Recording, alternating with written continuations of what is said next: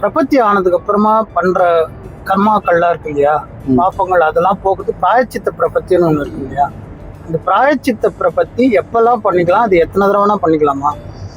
பிரபத்தி ஆன பிறகு புத்திபூர்வகமாக நாம் செய்யக்கூடிய பாப்பங்களுக்கு நாம் பரிகாரம் பண்ணணும். புரியுதா? அப்படி பண்ண அது பிரதிபதோக்த பிராயஷ்சித்தம்னு சொல்லுவாங்க. இதெல்லாம் ரொம்ப டெக்னிக்கலான வார்த்தைகள். இதெல்லாம் புத்திபூர்வகமாக நாம் செய்திருக்கக்கூடிய பாப்பங்களுக்கு பிராயஷ்சித்தம் பண்ணணும். அப்படி நாம பண்ணாமல் இருந்துட்டோம்னா பெருமாள் நிச்சயம் தண்டனை கொடுப்பான். ஆனால் தண்டிச்சு மோட்சம் கொடுத்துருவான். பண்ணின பிரபத்தி நிஷ்பலமா போகாது, வேஸ்டா போகாது. பெருமாள் நிச்சயம் மோட்சம் கொடுத்துருவான். ஆனா மோட்சம் போறதுக்கு முன்னாடி நாம தெரிஞ்சு பண்ணின பாப்பத்துக்கு, அதாவது திருப்பி நல்லா ஃபைண்ட் அவுட் பண்ணிக்கோ. இது ஏற்கனவே பண்ணினதெல்லாம் பத்தி விசாரம் இல்லை. பிரபத்தி பண்ணின பிறகு உனக்கு புத்தி தெரிஞ்சு பாப்பங்கள் பண்ணினியான அதுக்கு நீ பிராயசித்தம் பண்ணலைன்னா அதுக்கு தண்டனை உண்டு. சரி, பிரபத்தி பண்ணிட்டு புத்தி தெரியாம சில பாப்பங்கள் பண்ணினேன்னா அதெல்லாம் கேன்சல். அதெல்லாம் ஒட்டவே விட்டாது. அது அவுட் ஆஃப் த கொஸ்டின், இது அவுட் ஆஃப் த போர்ஷன். அது ஓகேவா? அதை விட்டுடு. ஓகேவா? இப்போ இங்க பாரு, பிராயச்சித்தம் இருக்குன்றதுக்கோசரம் நிச்சயம் பாபம் பண்ணலாமா? பண்ணக்கூடாது. அப்போ எத்தனை தடவை வேணா நான் பிராயச்சித்த பிரபத்தி பண்ணிக்கலாமான்னு கேட்கறது எவ்வளவு பெரிய தப்பு. ஏன்பா பிராயச்சித்தம் எதுக்கு பண்றோம்?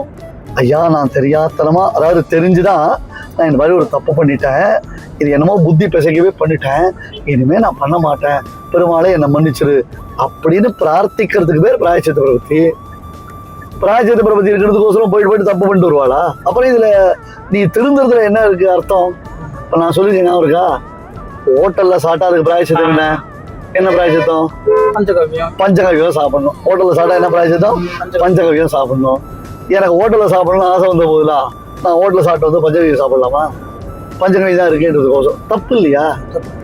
ஏதாவது ஏதோ சில சமயம் சாப்பிடக்கூடாத இடத்துல, சாப்பிடக்கூடாதது சாப்பிடக்கூடாத இடத்துல என்ன சாப்பிட்டுட்டோம்னா அதுக்கு பஞ்சகவியத்தை பிராயசித்தமா விதிச்சா பஞ்சகவி தான் இருக்கேன்றதுக்கோசரம் நான் போக முடியாது.